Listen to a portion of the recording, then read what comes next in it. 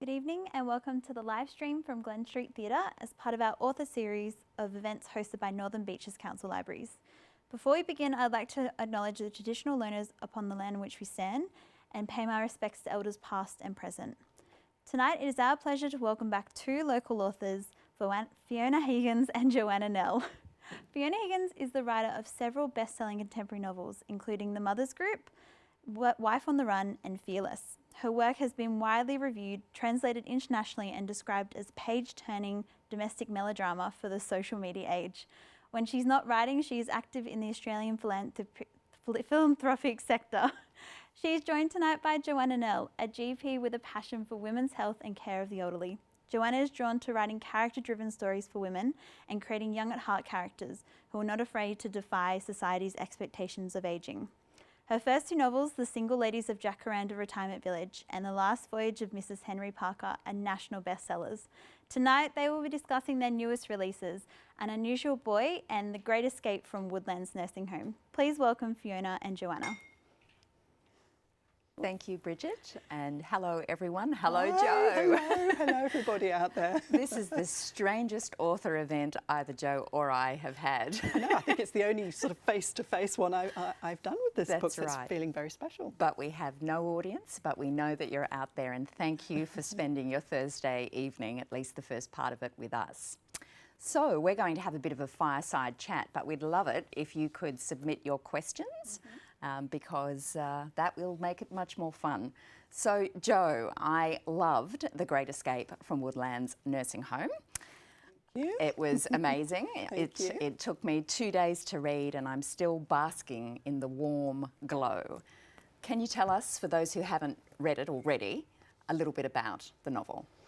Sure. So the book is set in the fictional Woodlands nursing home where the residents joke that the thermostat is permanently set to meat and two veg weather, and even a bar of soap is considered a safety hazard. And it really follows the story of two residents equally reluctant to be there. Hattie Bloom, who's a reclusive nature writer who prefers birds to people, and she's in a hurry to get home to save a nest of rare birds, but a fall has landed her in Woodlands nursing home. And Walter Clements, who is a gregarious dad joke comedian, who's also lonely widower and equally reluctant to get home, but he needs to pass a proficiency test on his electric mobility scooter before he's allowed to go home. And at first the two have very little apparently in common, but an unlikely friendship forms when they've been introduced by Sister Bronwyn, who runs a clandestine social club called the Night Owls. And when she's dismissed over what can be described as an unfortunate incident, Hattie and Walter must come together and form a covert formulate a covert plan to have Sister Bronwyn reinstated. Fiona, do tell us about An Unusual Boy. I feel very privileged that I got to read this book before it was published, and it was an absolute pleasure to reread it recently, so I've absolutely fallen in love with this book. So please tell us a little bit about your book. That's commitment, reading it twice. Thank you, Joe. So The Unusual Boy in the title is 11-year-old Jackson Curtis, and he's one of these quirky kids. He has a phenomenal memory, but he sometimes struggles to find his words, and that interferes with his capacity to maintain friendships at school. He's highly creative and imaginative, but sometimes the extent of his racing thoughts are so much, they're quite intrusive, and he has to physically put himself into a headstand to calm his racing mind. So for many years, his mother Julia has been looking for support and solutions, I suppose, answers from the medical profession, but Jackson's attributes elude diagnosis. He's not on the autism spectrum, he doesn't have ADHD, he's not considered Asperger's, but he has been described by the family therapist as neurodiverse. And for those who may not have heard of the term neurodiversity, it's usually used to describe brain difference and the idea that brains sometimes behave in slightly atypical ways in the human population, but in ways that perhaps don't warrant a full-blown diagnosis, and you can probably do the briefing on that, being a medical doctor. I think you know more about it than I do reading the book, yeah. So Jackson is neurodiverse, and he's recently moved with his family into a new area of Sydney, which happens to be on the northern beaches. And his mother, Julia, is thrilled when he develops a friendship with a child at his new school, because of course she wants him to have friends. And this child, Digby, unfortunately leads Jackson astray. Firstly online in front of a computer, and then the next day in the playground something horrendous happens and the police are called, and suddenly a very ordinary Monday morning for a reasonably ordinary family, albeit with a slightly unusual boy, turns into, you know, a family's worst nightmare. And Jackson and his mum face the fight of their lives to firstly understand what truly occurred, and secondly to defend Jackson from, you know, a world that fundamentally misunderstands him. So that is the summary. But back to your book, because this is an exchange. I think that you are a master of affectionate satire. You know, you have incredibly poignant representations that make you smile and laugh, but at the same time, you know, I laughed out loud all the time through your book, but at the same time I felt deeply moved, and very empathetic representations of Hattie and Walter, and some startling observations of humanity. And an example is quite early on in the novel when one of the other residents, Murray, calls for help in the middle of the night, and Hattie goes to his aid, and when she asks him, you know, what is wrong, he replies, well, actually sometimes, you know, there's nothing physically wrong, but sometimes I mistake loneliness for pain. I just thought, oh, you know, what a wonderful observation, and so real. And it just struck me all the way through the novel, those pithy observations of sort of the human condition, if you like. And clearly, we all know that you're a GP. But I wondered whether that alone is how you have come to be such a great observer of humanity. Is it the medical side, or is it something else? How have you developed that deeply empathic skill that you convey so beautifully in your writing? Oh, well, thank you for those lovely words. That's lovely, because that's really what I'm trying to put across. And it's a great question. And I think really the same thing has drawn me to both working as a doctor and to writing. And I think it started a long time ago, actually, during childhood. And I've read that one thing common to a lot of writers is this sense of isolation as a child, whether that's actually a physical isolation or a social isolation. How interesting. And in my case, it was a social isolation. I was a very, very shy child. I think nowadays you'd call it social anxiety, if we were going to put a label on it. Yes. And I was a very bookish child, and really I was bullied at school for being different. There we go, we're talking about difference. Yes. But what I learnt to do was to observe, partly because I was trying to observe the other kids and how they interacted and how I could join in. I was looking for clues really in that, but also because I think I spent a lot of time on my own or on the edges of other groups, that I learnt to observe people. And I've always sort of described myself as a people watcher. You know, always beware the woman sitting in the corner with the notebook in the cafe. Yes. And also that skill, I think, was something that I developed during my medical training as well, because a lot of what we do as doctors is we're trying to pick up on both the story that's being told to us so that we can work out a diagnosis, but we're also picking up on trying to get those non-verbal clues as well. The signals. So this sort of, this observation there. And in fact, one of my favourite writers, also another doctor writer, Somerset Maugham, I wouldn't put myself in the same category as Somerset Maugham, but he said, I have small powers of imagination, but great powers of observation. And I think that to me, I just observe a lot, and that with that comes, I suppose, comes empathy and really putting myself in that situation. Yeah. You do it so well. You do it Thank you. so well. Thank you. I mean, I think we've lost, as a society, you know, ironically, we are so aware of everyone else's lives, and we can see into other people's lives through social media and Instagram posts. But I think we've lost some empathy. Yes. Yes. And yeah, I think that's really sad. And if there's one thing I could say, you know, to how do we sort of get back that empathy, I think we should read more books, quite honestly. Because I think it's been shown that people who read books actually have a higher degree of empathy. Fantastic, so, I'm going with that. Let's all go with that. It's a good one to do, a good one to go with. Okay, and so Fiona, look, you've this is your fourth novel, and the thing about An Unusual Boy is that it's written from two points of view. As Julia, who is a sort of suburban sort of soccer mum.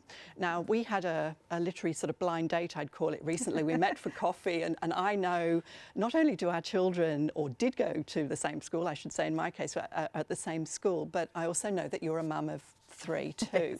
So I imagine that, you know, writing Julia's point of view, you could draw on perhaps your own experiences, and you might want to tell us about that. But Jackson, the other point of view is from, as we say, the point of view of an 11-year-old neurodivergent boy, which really couldn't be any further than your sort of reality of your own life. But I thought you did this not only so convincingly, but with such imagination and creative flair. I was so impressed. I mean, for example, the description of using his brain as a memory magnet and his shoe phone as a way to contact his grandmother who's passed away in the other world. And there were some great metaphors. He's waiting for his bongo drum beans to calm down. Now, just before we went live here, I was waiting for my bongo drum beans in my brain to settle down as well. But I have to say, Jackson is one of the most original and engaging characters I've read in a book for a long time. And so I just want to know, was he as much fun to write as he was to read? And really, how on earth did you put yourself into the head of a character like Jackson? Thank you. I think there's lots of questions there. Yes. He was a lot of fun to write, and I found him easier to write than Julia, perhaps precisely because with Julia, her life does mimic mine to some extent. And as the drama unfolded for her, in the writing process, I started to feel really anxious because I think you might be a plotter. You know what's going to happen, don't you? Well, maybe am I? To an extent, a little bit like a road map, but we can go off on diversions. Yeah, we can. Yes. So I don't always know. Well, frequently I don't know.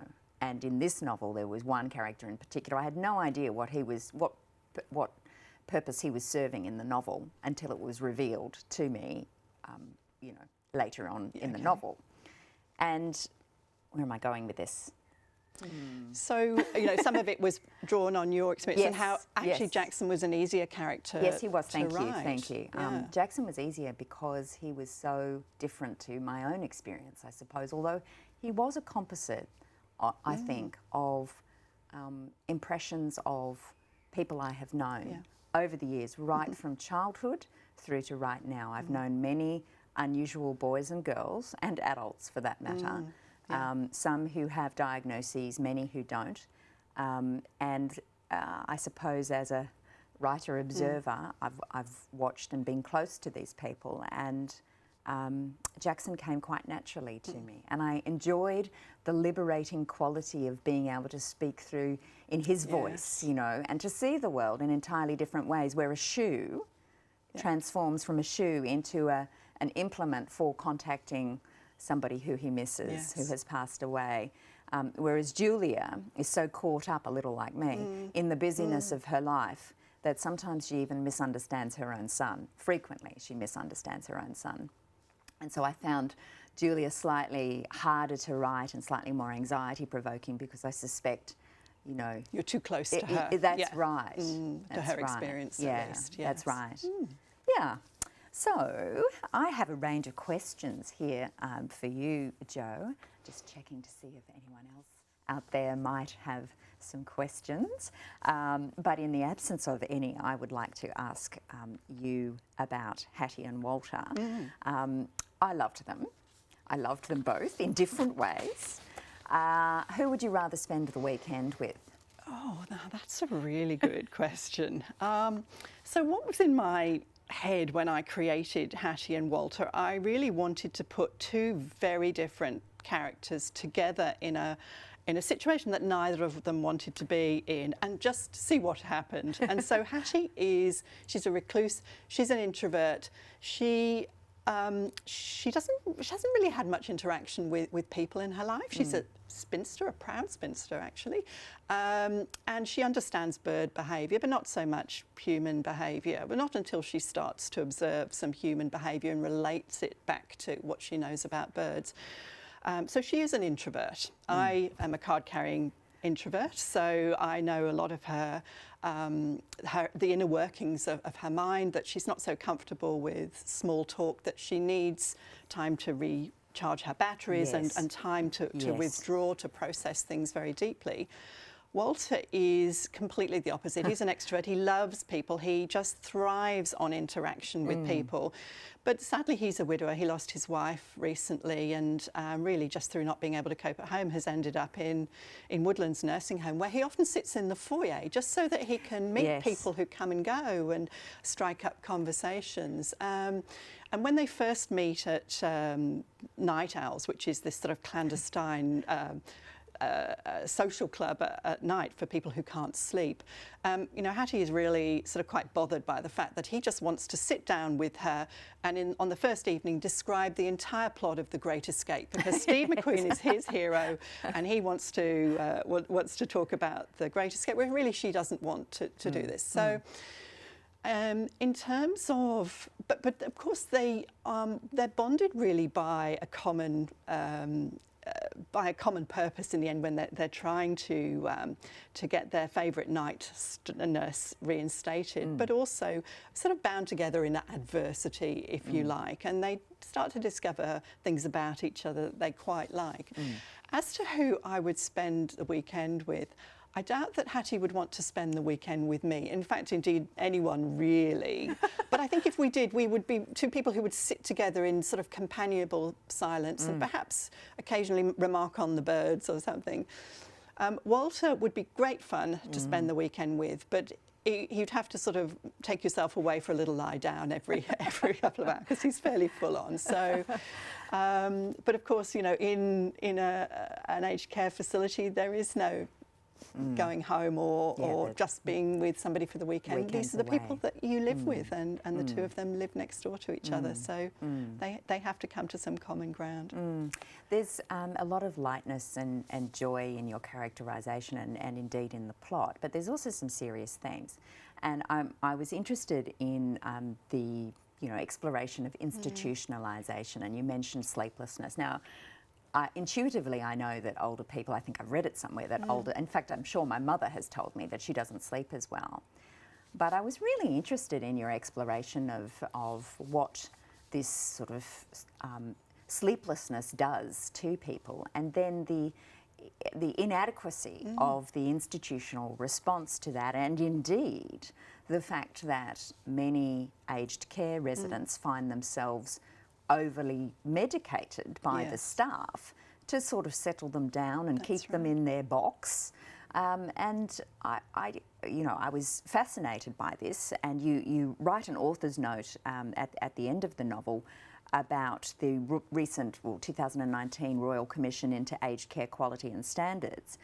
And I just wondered, two things, what you think is achievable in relation to this issue. What could how could aged care facilities respond? And secondly, the Night Owls seems like a solution. Have you known of these kinds of spontaneous gatherings of aged Ps in residential facilities who band together and have a lot of fun at night when they can't sleep? Not quite. Look, you're very right there about the sleeplessness. So a lot of, almost 50% of people who live in aged care facilities have some form or live with some form of cognitive impairment or dementia. And not only that, we also notice that not only in dementia do our sleep rhythms and upset, but in just with age in itself. Yes. And it's very rare for someone to sleep a solid 8 hours a night, particularly when, you know, due to the constraints of putting so many people to bed at the same time, often finding themselves in bed at 6 or 7 in the evening, whereas someone like Hattie would probably, she's a night owl, so she would have stayed up very late. So it's not uncommon for nursing homes to find a lot of people wandering at night. And one of the things that the Royal Commission, or the interim report into the Royal Commission, did highlight was the over-reliance on sedative or psychotropic medication to deal with that, because nighttime is actually the time when there are the fewest staff on duty. It's a sort of big aged care secret, open secret, if you like, that you know that these demands on the staff at night are really sometimes huge. And so it was actually reading a book which I was reading for my own professional development, and it was something called, I think it was called Providing Good Care for Residents at Night. And it was a sort of a manual of some little tips that could be used. And this sort of really inspired me to think about, you know, how we could create this social club. And this is where Sister Bronwyn comes in. Now, this is not according to the protocol or the rules in the nursing home, but she likes to serve cocktails and canapes. And instead of prescribing activities, she gets the residents to, you know, do what they want to do. Part of the evening is, you know, perhaps doing what they used to do as a job, giving people a sense of purpose, you know, polishing up antiques or marking essays or folding towels or something. And then they can create their own entertainment. And we've certainly had things like poker nights and belly dancing nights as well. And look, perhaps it's a little bit of a whimsical, imaginative solution, but you know, it may not be practical. But I thought, you know, it's one way, it's one small little thing. And certainly when I started out in aged care, I used to prescribe nighttime sedation. And there was one particular patient who just couldn't sleep, no matter what I prescribed, and the doses went up, and he still didn't sleep, and he still didn't sleep, and I was under a lot of pressure to increase his medication.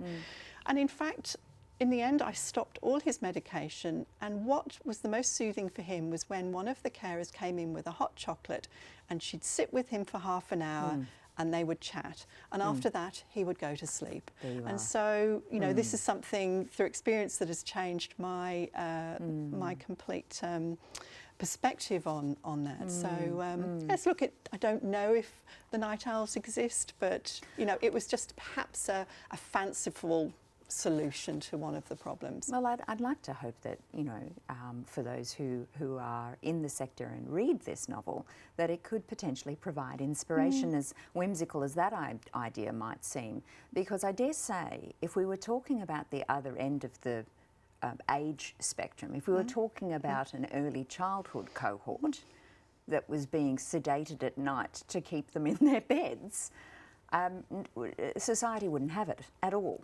Yes, it's this sort of, you know, peculiar sort of paradox, really. And I mean, obviously your book does focus on childhood and a lot of the issues of childhood, but this, you know, we could talk all night about the health and safety and keeping people safe and, you know, allowing independence. And but yes, I think I've seen the good and the bad. I've seen things done really well in aged care, and this is what I want to promote. But I've also seen where the system, you know, faces challenges, and certainly if some of the things that were happening in aged care and things, unfortunately, we did see on the Four Corners report and have been highlighted in the Royal Commission, if they were happening in preschool care or kindergartens, then, you know, people would be on the streets with wholesale placards. outrage. Yeah.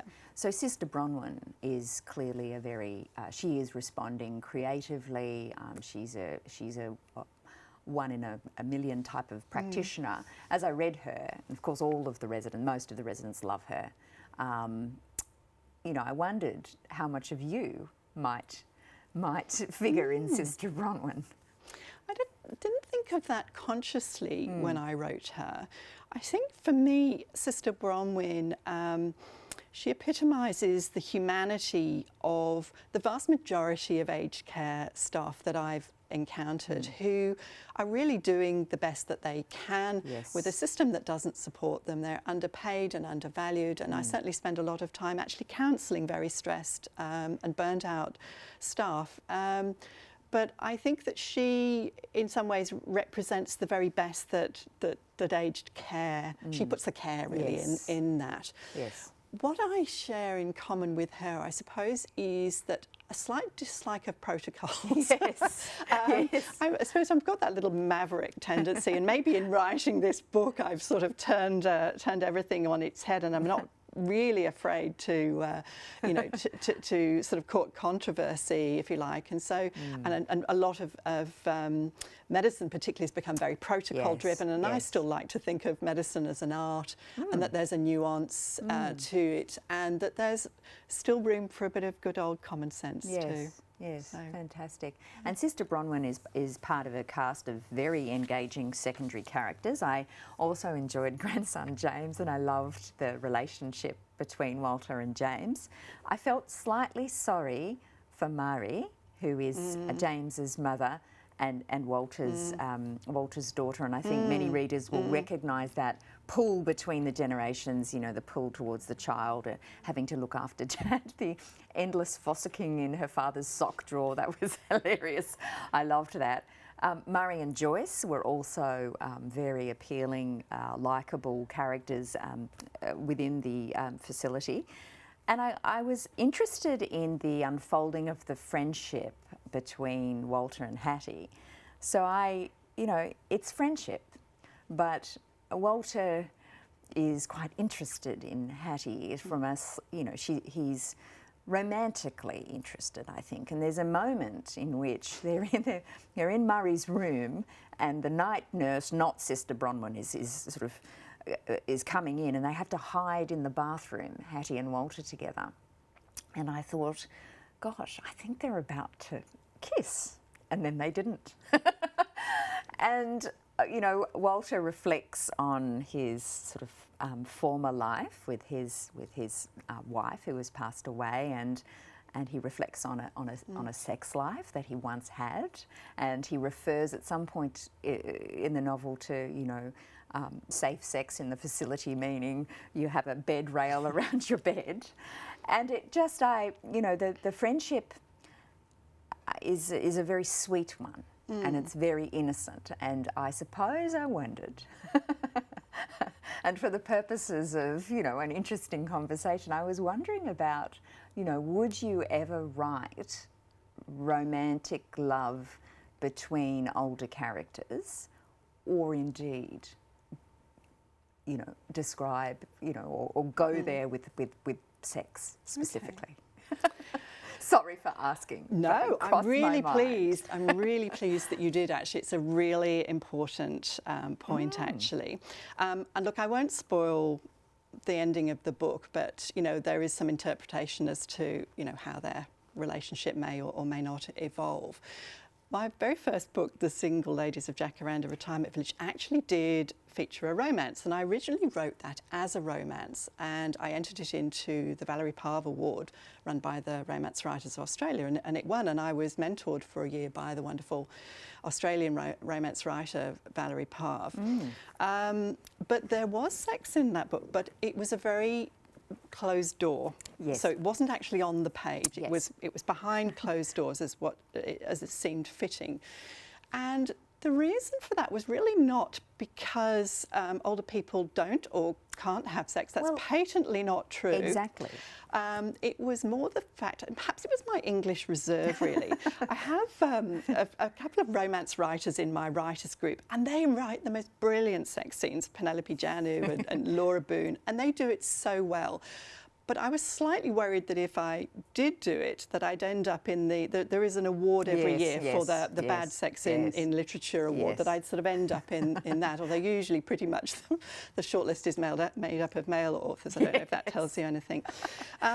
So But sex is very important. It's part, physical intimacy Yes. is essential part of human well-being at all ages. Yep. And I remember going to a lecture run by a psychogeriatrician a few years ago, and it was about sex in older patients and sexuality.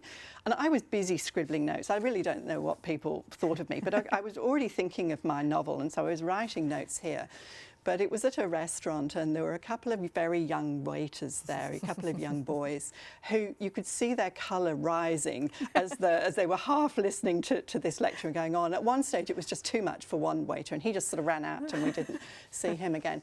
So, in answer to your question, I wouldn't be beyond certainly a romance. And look, if it was right for the book, then I would, not just for the sake of writing it, but you know, if I was comfortable with it and it really was definite part of the story, then yes, why not? Yeah, and I think perhaps the reason I ask is that you know, in my own writing, I tend to subconsciously turn towards things that you know, aren't sort of polite dinner party conversation. And it strikes me that you don't see a lot of older sex in literature, and yet we know it goes on. And why should it be a taboo, and why should it not, in fact, be something that we see? Yes, absolutely. That is represented in some ways. So I think we're nudging towards that, and sort of we'll break down your English reserve. Baby steps towards that, but that is a long-term goal for sure. So there's you know, a theme of birds in your book. And Icarus, I love Icarus. Yes. The sort of caged budgerigar. Yeah, he's a budgie. Yes. Yeah. Is he blue? He is blue. Yes. Because he was blue, I kept thinking of him as a fairy wren. I don't know why. Probably because I don't know my birds. But you have a long history of, you know, interest in birds, and you had a father who loved birds. And Hattie has taken this up. She is a former naturalist. Naturalist, yes, that was one. Naturalist, not naturist. Had to be clarified. Yes, Yeah, that's right. That's hilarious in the book. Yes. So tell me about birds. So yes, Icarus. So Hattie is a retired ornithologist. She's really a sort of self-taught nature writer. She's always related to birds. Whereas her father actually bequeathed her a beautiful book. It's a real book, actually. It's a very valuable book of Australian birds. So it's something she's always been interested in. These have been her companions. When she gets into Woodlands nursing home, she sort of sees her situation mirrored in Icarus, who is the home's budgie, who sits in his cage and is rather sort of glum and melancholy and sits sort of staring at his reflection in the mirror. And even when the doors of the cage are open and he's free to fly around, he returns to it. Yes. Which was sort of rather paralleled with the idea of a nursing home is not a prison, that in fact, in theory, the residents are free to walk out at any time. Yes. The broader theme of birds, I think, having Hattie as an ornithologist was an excuse to sort of indulge my passion with birds. And as you say, my father, well, he's still alive and he still loves birds. But our relationships has been a little bit reserved, and our conversation has generally revolved around birds. It seems to be our language, actually. And so, whereas with Mum I can chat about anything at all, Dad and I, we tend to sort of revert to conversations about the birds that have visited his garden, and he sends me photos and videos, and I was absolutely amazed when I moved to Australia in 2003. The size of the birds here. Yes, and Jurassic-sized their personalities. Yes. They're birds with such huge personalities. In fact, if anyone follows me on social media, you'll see a brush turkey actually attacking my dog Margot, and pecking her on the tail.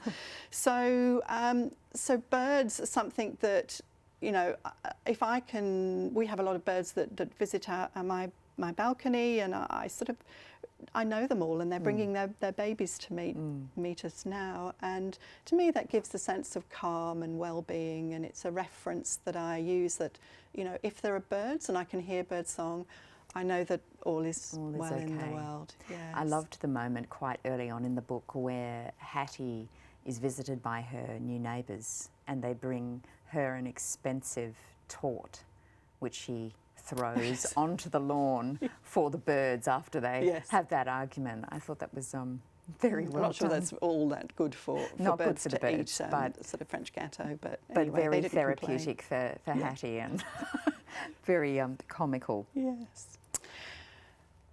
Shall I ask you a Well, few maybe. questions? Yeah, sure. Go right ahead. All right, I'll jump in, and because there's so much to talk about Yes. with this wonderful book. Hopefully we'll get some questions from the audience as well, but there's a few things that I really wanted to ask you about.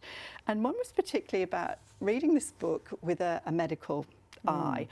I could really tell you'd done your research. I think all the language surrounding Jackson and his condition, whatever that is, was really authentic. And, you know, seeing the condition through his eyes, you know, I could tell that, you know, you had done a lot of research. And his parents, Julia and Andy, like any parents, I think, have explored all the options. They've been to various specialists because they want an answer. They want some certainty around him. And I love that Jackson at one stage described the karmic kinesiologist who wore a cape and burped when he touched different parts of my body. And in the end, they seem to have found someone who really understands him and gets him in Dr. Louisa Kelleher, the paediatric psychologist. So I was just wondering what sort of research you did, and if any of that was based on any experiences that you'd heard about. Well, actually, the karmic kinesiologist is drawn from an experience I had many, many years ago where I went to a kinesiologist. I don't know why I did, but I did. And yes, as this person touched various parts of my body, he burped. It was very unusual. It would be quite hard to keep a straight face, I would imagine. I think perhaps the idea was that, you know, he was releasing the energy from, you know, my elbow through his digestive system. I'm not sure. But I did do a lot of research to build Jackson, the layering of Jackson's attributes, if you like. So apart from lived experience of, you know, having walked alongside families, I'm the godparent of a child on the autism spectrum, having gone through that process of, you know, walking alongside them as they, you know, look for diagnoses, the kind of stress and relief, etc. So there's a bit of lived experience there, but I did do research. I looked at non-fiction. I also consulted subject matter experts, so I got in touch with neuropsychologists, paediatric, you know, psychiatrists, the works, and family therapists. And I think the thing about Dr. Louisa Kelleher is that she obviously is medical, so there's a rigour. She's not a karmic kinesiologist, but she also sees that Jackson's circumstances are not exclusively biologically driven. There's a context, there's a family. He has a mother and a father and 2 siblings. And so it's not exclusively nature, there's also nurture, and there's that complex interaction between the 2 elements. But yes, I had to also consult with subject matter experts in a variety, in policing, in juvenile justice, in family and community services. I went as far as to consult with somebody in the child abuse squad. So just to make sure that everything was absolutely watertight in terms of not just the way Jackson's issues are explored or characterised, but the actual processes that unfold once the incident at school occurs. Yes, and I like that she is not so keen on, you know, putting a label on him or putting him in a box, but actually understanding him more holistically. So she seems to be good. That's right. And of course, Julia, Jackson's mother, so half the book is written from her point of view, and I say it's really quite a different experience, obviously for you writing it, but for me reading it. And I also felt that sort of that visceral sense of part of it was frustration and with Jackson and anxiety about what was he going to do next, or how were other people going to react to him, or how was the world going to treat him, and wanting to protect him. But part of me, while reading that, it took me back to a place or a time when I was exhausted, because as a working mother, you know, running around, trying to fit in, you know, life, work, shopping, running 2 children, and I only had 2, between their different extracurricular activities. And, you know, I remember now why I reached for the wine at the end of the day. And Julia talks to a character called Coach Steve about the kids and their overscheduling at one stage. And she makes this wonderful remark. And she says, I wonder if this will be my children's memory of mother, a weary, snippy woman screeching random orders from the driver's seat. And I just thought that represented how I felt, or how I felt I came across at that time of my life. And I just wonder what you, in writing this book, what you were saying, or what you have to say personally about modern motherhood and the demands on children and you know, and families. Yes, all of that. I mean, Julia is very much representative of the kind of life that I think many people find themselves in at this time of life. And, you know, I suppose the good thing about Julia, although she kind of objects to this scenario, she does just keep turning up, and she does have, while her execution may sometimes falter, her intention is good. And one of, you know, personally speaking, one of the benefits of, if there are any benefits or silver linings associated with lockdown earlier in the year, was the cessation of the timetable. Now, I know not everybody has, you know, timetables, or the degrees of the scheduling will differ according to who you are, where you are. But I think life has changed compared to when I think about my childhood. I would range around the neighbourhood, and my mother would have no idea where I was. And I would often put myself in harm's way. I'd climb, you know, I got lost on several occasions in various places. I had to find my way out at quite a young age. And I think now about, I suppose, you know, my writing is a way of kind of workshopping this, this ambivalence about the fact that children are often highly overscheduled. I don't know whether it's a good thing. In fact, I think it probably isn't, and yet because so many people are doing it, it's very hard to hop off the treadmill and do something different, unless you sort of throw it all in and move to rural and regional Australia.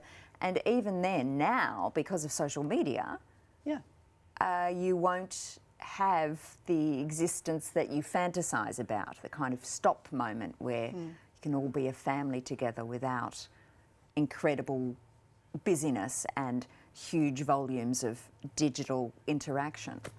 So many people now, that is the lifestyle that people are moving away to attain. And you know, it's interesting, you know, the peer pressure. Often kids will say, well, my friend's doing tennis or basketball or work dance or whatever.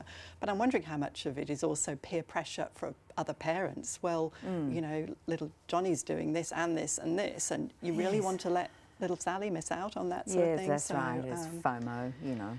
So you touched on their sort of digital media there, and so one of the things that Julia does, and I presume this is because of Jackson's neurodiversity or his condition, is that she is very conscious of limiting his screen time, which of course goes horribly wrong when he goes to his friend Digby's house and they play this game called Alt World. I don't know, this is absolutely terrifying, this game. I don't know if it's a real game or not.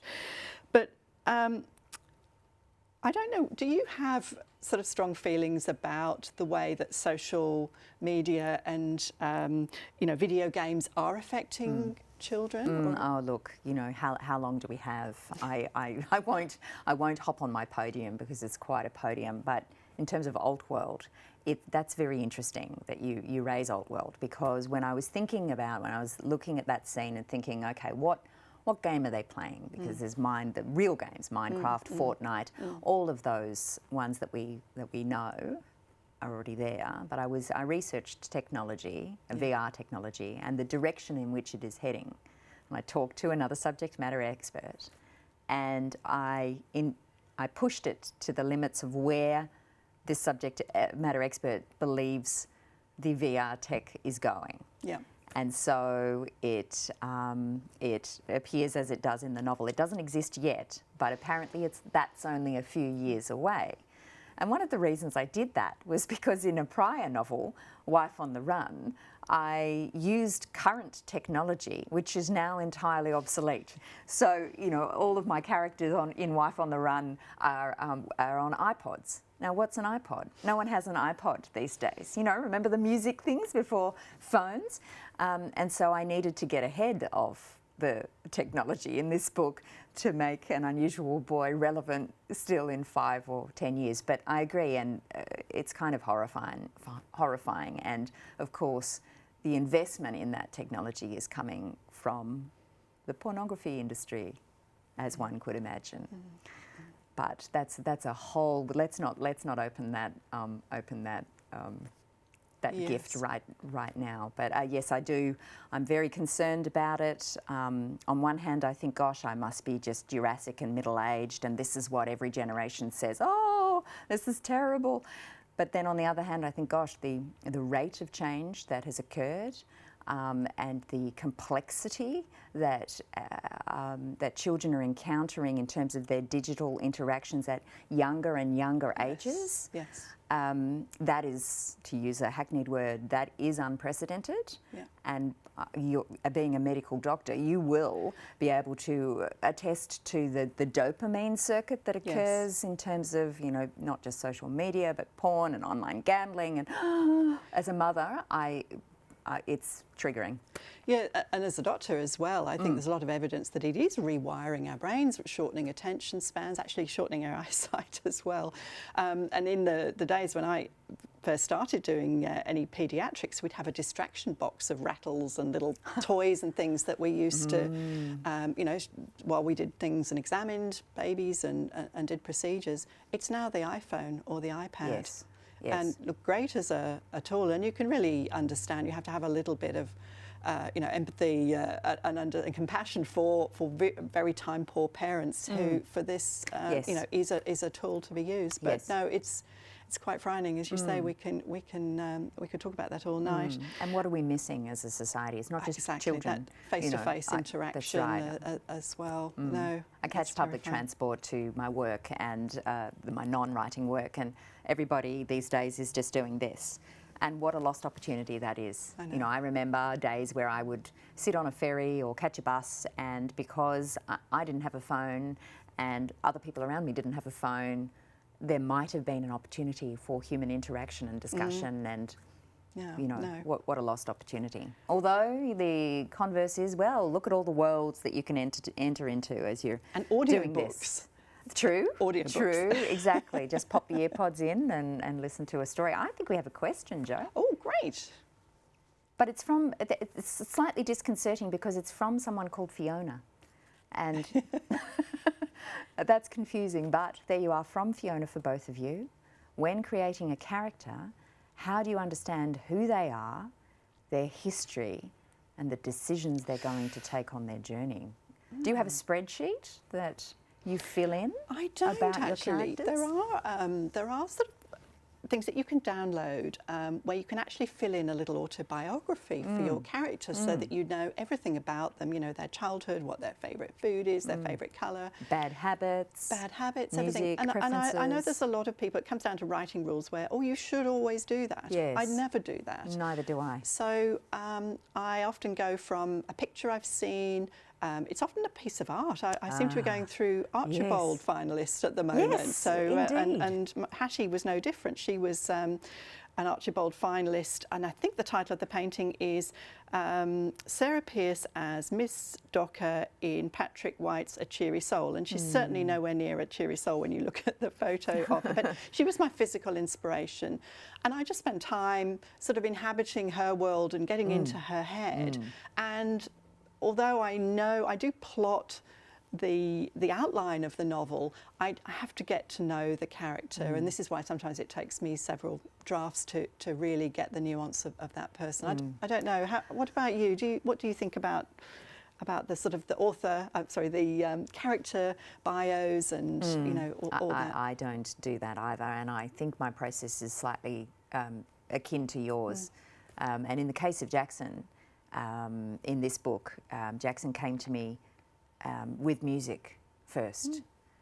Specifically, I love the playlist. Oh, you like the playlist? I love Thank the playlist. you. Yes. That's fantastic. So Jackson's main song in this novel is, for some reason, there's an indie artist called Anoni, who was formerly, before her transition, known as Anthony in Anthony and the Johnsons. Okay. And she sings the most wonderful song, Hope There's Someone. And if you haven't seen it on YouTube, you should look it up. And for some reason, that song, when I was building the character of Jackson, just came to me over and over again, plus a number of other songs, which then resulted in the playlist in the back of the novel. Is that on Spotify? It is indeed on Spotify. So we can look up Jackson's You can. Jackson's playlist is on Spotify, That's which amazing. Is unusual. Fantastic. So that's great. So, I wonder if we have any further questions. For me, I wanted to ask you about a new word. It's always a great book when you learn a new word. And this one, now you may need to correct my pronunciation, was fustian. Is that right? Or would you say fustian? I said fustian, but I don't know whether that's right or not. Fustian. Talk me through fustian. So fustian, Walter describes Hattie in his sort of, she wears very, I'm obsessed with The Crown, Series 4 at the moment. If anybody has seen it, I'm up to the bit where the Queen goes up they go stalking on the moor, and she drags along Margaret Thatcher, who's wearing her, business suit and high heels. But the Queen is dressed in sort of what I would call fustian dress. So it really, it's very hard-wearing fabrics, apparently. Things like sort of, linen and wool and denim, I suppose. They're very hard-wearing. And this is the way she dresses. She dresses comfortably and practically. She has, sensible shoes. And I think it also describes a sort of a stout and sort of sensible persona. So that, to me, I think there are other meanings of the word fustian. Yes. But to me, that's what it is. He says she'd be rather well equipped for the Middle Ages. So yes. Oh, here we go. I think we've got So Glenda says she loved the last voyage of Mrs. Henry Parker, especially the ending. Oh, yes. Thank you very much, Nice. Glenda. Do you get a lot of fan mail, Jo? Well, I imagine, like you get messages from readers and reviews and things. But the lovely thing happened yesterday. I actually got a message through my website from the care manager of a nursing home called Woodlands Nursing Home. Oh. And I had thought I had done my research and that this was a purely fictional place, but apparently there is a Woodlands Nursing Home near Newcastle, and they've asked me to go up and do a reading for them. That's and at wonderful. the moment, the care staff are doing readings there. So that was a lovely. Have you had any lovely yes. sort of feedback and comments about this book? Yes, I have. I was quite nervous actually, because I was concerned about how people who found their own lives mirroring that of Julia might respond. I was worried about feedback from the neurodiversity community, but I've been really relieved and delighted by the response. And in fact, I had a nice incident yesterday as well. Holly Wainwright said something very positive about it on Mamma Mia Out Loud, and she That's herself has a neurodiverse boy, and she commented on how authentic the representation is. So that's very... Well, I would echo that, so yeah, congratulations. Very affirming and a great relief, to be honest. Yes, I can understand that. Yes, that's right. So what is next in your writing journey, do you think? I'm wondering, you write these older characters in such a compelling way, but will you write older characters sometime soon? Because I think you must and you should. That's interesting. I mean, I have sort of, somebody described it as I actually invented a new genre. I'm not really not You sure of that, probably but I've did. sort of, You probably I did. felt that these stories needed to be told, and I really enjoyed creating these characters, and so really it just flowed from there. And the book that I'm finishing now, which is due for release this time next year, I was very conscious of becoming pigeonholed, really. I wanted that sort of artistic freedom and creative freedom to actually write what I wanted to. And while I still have that interest in the stories of older people, because I still have lots of questions that I'm still asking myself about ageing. So the new book is set in a volunteer-run kiosk or tea shop at a general hospital, and it's based on a real experience I had. But this has two characters, two women in their 70s and a teenage girl. Oh, good. Who is just doing her HSC, and my daughter has just finished her HSC, and although the character's not based on that, she was fairly refreshing to write, and it was a completely different voice. So I really enjoyed writing that, so who knows, I'm not sure. And are you allowed to tell us the title or not yet? We don't know the title yet, that is still in negotiation, but I'm sure it will have the word "the kiosk" in it somewhere, so watch out. But my publisher is the creator of these fantastic titles, which are so long they leave me very little place to sign the books at the end, but I love them, people enjoy them. And for you, Fiona, what I know that you have a day job and family and obviously a wonderful writing career to continue. What is ahead? What's on the cards for you? Well, it is tricky because of the day job, as you would well know, and it took me 3 years to write An Unusual Boy. So I am just in complete awe of a writer who can knock out something in a year. But I dare say if I had more time, perhaps I might. I have 3 or 4 books lined up in my mind. I don't know exactly what's going to happen in them, but I like the roadmap that you mentioned. So I would love to be able to dedicate some time to writing the next one, but I'm just not sure how that's going to happen anytime I think your readers will be waiting, your wonderful fan base will be waiting, but it takes as long as it takes, and the right idea has to come. And that's right. And I think it also needs time to percolate as well, doesn't it? But, that's right. very exciting to hear. So, do we have another? I think How do you stop yourself from becoming your character or thinking like your character, much like actors talk about when they take on roles? That's very interesting. Have you got an answer to that? Oh.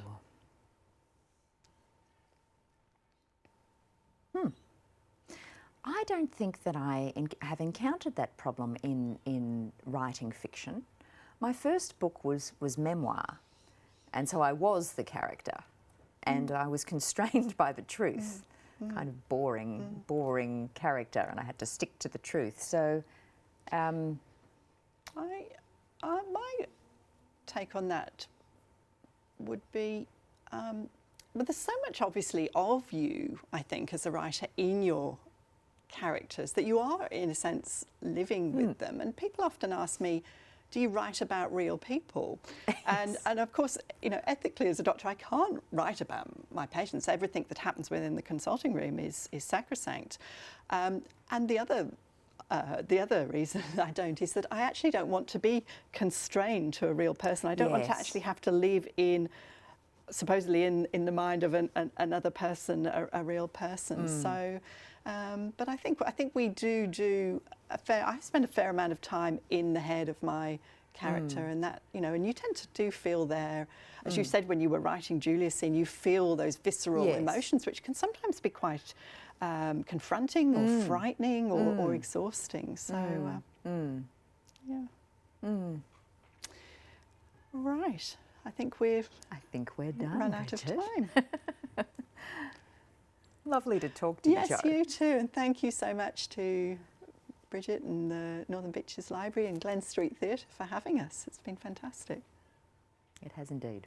Well, thank you so much, Fiona and Joanna, for your time this evening. It's been such a lovely discussion, and there were some really nice comments in the chat that I'll pass on as well from our lovely audience at home. Thank you so much to our audience at home for sharing this event with us. If you'd like to share the stream with your friends, we'll actually be uploading this video to the library's YouTube channel tomorrow, so feel free to share it.